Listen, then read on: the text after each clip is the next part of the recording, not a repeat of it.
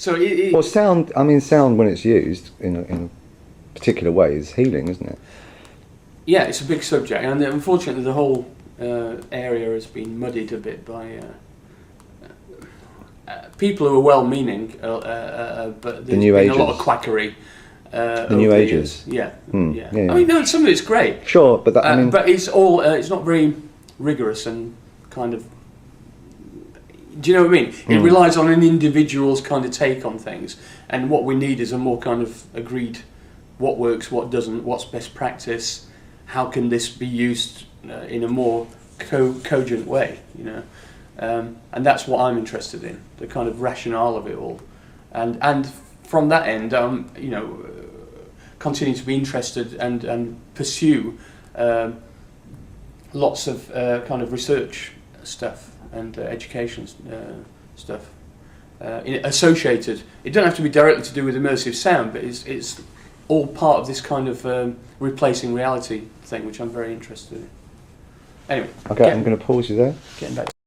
Okay, looking under the hood at 3D Audioscape, fundamentally, this is the kind of control center for it all. You can, this alters the kind of perceptual size of the room, for instance. I'm zooming in. Yeah. Got a lovely finger there. Yeah, sorry. Really want to see those fingers? And things, you know, really boring things like how much of the CPU usage you're using, the sample rate, which we normally use 44.1. Click on setup there. That is pretty boring, I must say. Don't need that. But basically, it routes through an internal kind of digital matrix. In this case, we use a thing called Jack, although we have used Soundflower as well. So that's how it connects with Logic. Have you got that screen where you set up the speaker locations? Yeah? So bear with us 1 second. Here we go. So these, are, for instance, are the speaker. It looks very, very, you know, numerical. Numerical, but it is, in fact. So you can actually go, right, well, I'm in the centre of the room, and you could say where they are in terms of degrees from you, you know, in different axes, if you wish. Oh. But it's much easier to just do the measurements, and then it calculates that. So that's polar or Cartesian. How do you stop being a geek? Yeah, I can't. I'm not really. No, not you necessarily. I mean, one using this. I mean, because there's it's very simple. Infinite variation and infinite kind of minutiae, isn't there? Yeah, but the thing is, once it's set up for a particular space, it's very simple to. I didn't mean that as a criticism. No. But I mean, you know, when you're being creative and you're using something, there's sometimes when you have less, you can create more from that. What's the kind of the optimum use of this if you've got so much potential? Well, some of these pieces are literally just one mono track that you fly around the space. I mean, I could teach you how to do that in 10 minutes, and you could have it completed in half an hour. So that's at the very simplistic level. Yeah. Obviously, the more tracks you're dealing with, like a normal mix, it's more difficult to. It takes a certain amount of experience to fit it all together. But that, as far as I'm concerned, it's no more geeky than doing a mix of a normal track. Once you're used to the system, the back end of this takes an engineer or something to set it up. Once it's set it up, it's fit and forget. You don't ever need to look at these screens again.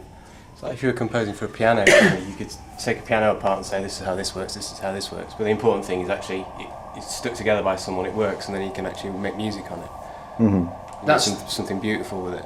Mm-hmm. Oh yeah. I mean, perhaps I'm not putting my point across well here. What I mean is when I was listening to the Erasure piece, and I was looking at it visually, and I was thinking, the choices, your selection of where you put, for example, a particular sound, are infinite choices, aren't they? Yeah, but you quickly, like any other kind of decision-making process, you quickly come up with a series of kind of paradigms in your mind that certain sounds work better in a certain way. So kind of, I'll give you an example.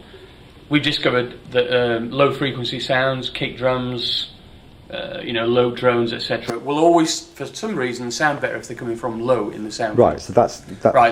It's not a rule. I mean, you can break it. No, but that's the kind of thing I'm talking about, really. And if you were starting from scratch, then I would suggest try everything. But this is what we've learned in 10 years. This is how we approach it. Similarly, high frequency sounds tend to sound better from high up because your brain will try and tell you that they're coming from up there anyway, right? Fidgety kind of sequence sounds, hi-hats, stuff like that, stuff that's very active, seems to suit movement, rapid movement, better than very calm sounds. So if we have, say, for instance, a large stereo file of a convolving pad, for instance, we would generally look at that and go, oh, the best thing to do with that is maybe to make it gimbal around a central point and have it kind of immersing people in this kind of cloud of sound. You don't have to do that, of course. You could have it whizzing across if you wish, but it would mitigate against the effect that you're trying to achieve by having that sound in the first place. For instance, the exact opposite would be something like, say, for instance, a hi-hat track. One of the tracks we've done, the hi-hat, we had this idea to randomize it all over the space, so every hi-hat came out at a different physical location in space. That worked brilliantly well, particularly in the context of a very calm compositional environment which it was in. And it was like raindrops hitting leaves in a forest, right? It was just beautiful.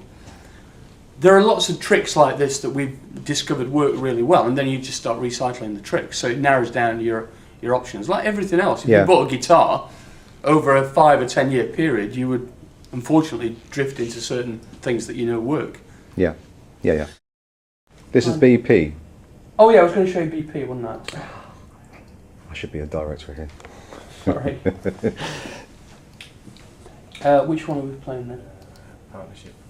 So imagine that somebody comes up to you and says, right, what is the sound of BP Partnership? Well, it's going to be revealed. There you go. Perfect.